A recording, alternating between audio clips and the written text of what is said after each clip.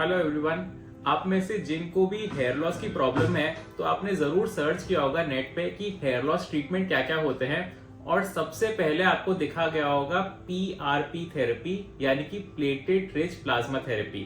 सो आज मैं आपसे इसी थेरेपी के ऊपर डिस्कस करूंगा कि ये होती क्या है और हम इसे कैसे करते हैं।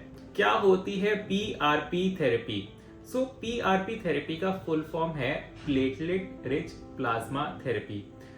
ये जो थेरेपी होती है ये एक आप समझ लीजिए एक नेचुरल थेरेपी है जिसमें हम आप ही की बॉडी के जो प्रोटीन और जो ग्रोथ फैक्टर्स होते हैं उसको लेते हैं और हम उसे बालों में वहां पे लगाते हैं। इस थेरेपी में हम आपके जो प्लेटलेट है, जो ब्लड के अंदर एक कंपोनेंट होता है, उसको यूटिलाइज करते हैं फॉर थेरेपी। इसमें हम आपका अराउंड 8 to 10 ml का ब्लड सैंपल लेते हैं, उसे मशीन में सेंट्रीफ्यूज करते हैं। तो सेंट्रीफ्यूज यानी कि हमें उसे बहुत हाई स्पीड पे स्पिन करना होता है जिससे कि ब्लड के सारे कंपोनेंट्स अलग हो जाते हैं।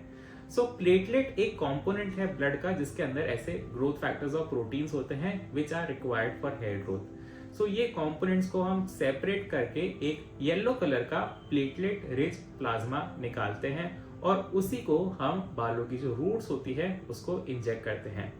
ये जो थेरेपी होती है वंस अ मंथ थेरेपी होती है एंड अराउंड 6 to 8 सेशंस में इसका कंप्लीट ट्रीटमेंट होता है।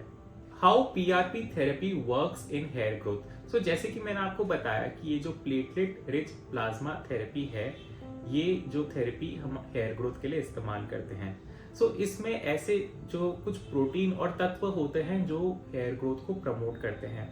आप मान लीजिए कि हमारे जो हेयर फॉलिकल्स जो डॉर्मेंट स्टेज में होती है यानी कि वो ग्रो नहीं कर पाती, तो पीआरपी देने के बाद उनकी जो ग्रोथ साइकिल है वो किक स्टार्ट हो जाती है, यानी कि वो डॉर्मेंट फॉलिकल्स भी एक्टिव होने लग जाती है।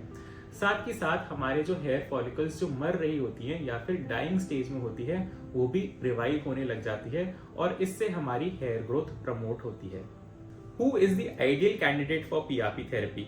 दोस्तों देखिए कि जो पीआरपी थेरेपी है वो कई तरह की हेयर फॉल कंडीशंस में हम आजकल इस्तेमाल करने लग गए हैं।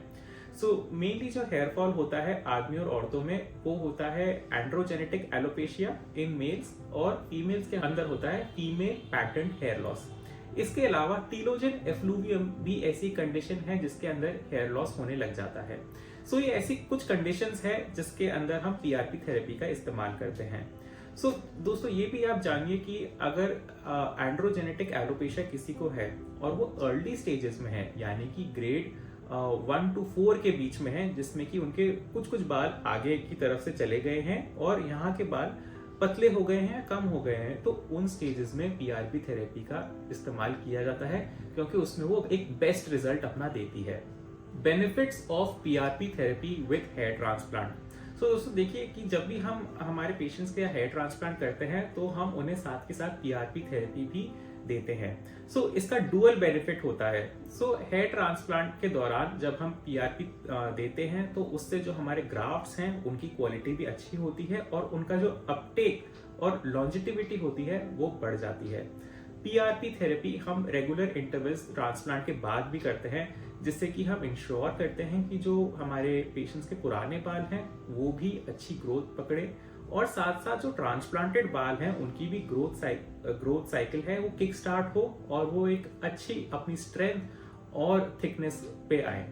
आप में से कोई भी अगर हेयर लॉस से परेशान है एंड अगर आपको इसका ट्रीटमेंट चाहिए देन हमारे पास कई तरह के ट्रीटमेंट्स अवेलेबल हैं पीआरपी थेरेपी के अलावा भी, जो कि आपके हेयर लॉस में हेल्प करते हैं। आपने कई जगह देखा होगा कि पीआरपी थेरेपी को इंजेक्शन से दिया जा रहा है, तो मैं आप सबको बताना चाहूंगा कि हमारे clinic doctor Shivam's hair transplant clinic Jaipur में बिना इंजेक्शन के हम मशीनों द्वारा पीआरपी थेरेपी देते हैं जिससे कि हमारे पेशेंट्स को कोई भी तरह की दर्द या परेशानी का सामना नहीं करना पड़े। अगर आपको या आपकी किसी फैमिली और फ्रेंड्स को भी हेयर लॉस की प्रॉब्लम है then consult us for the best possible solution.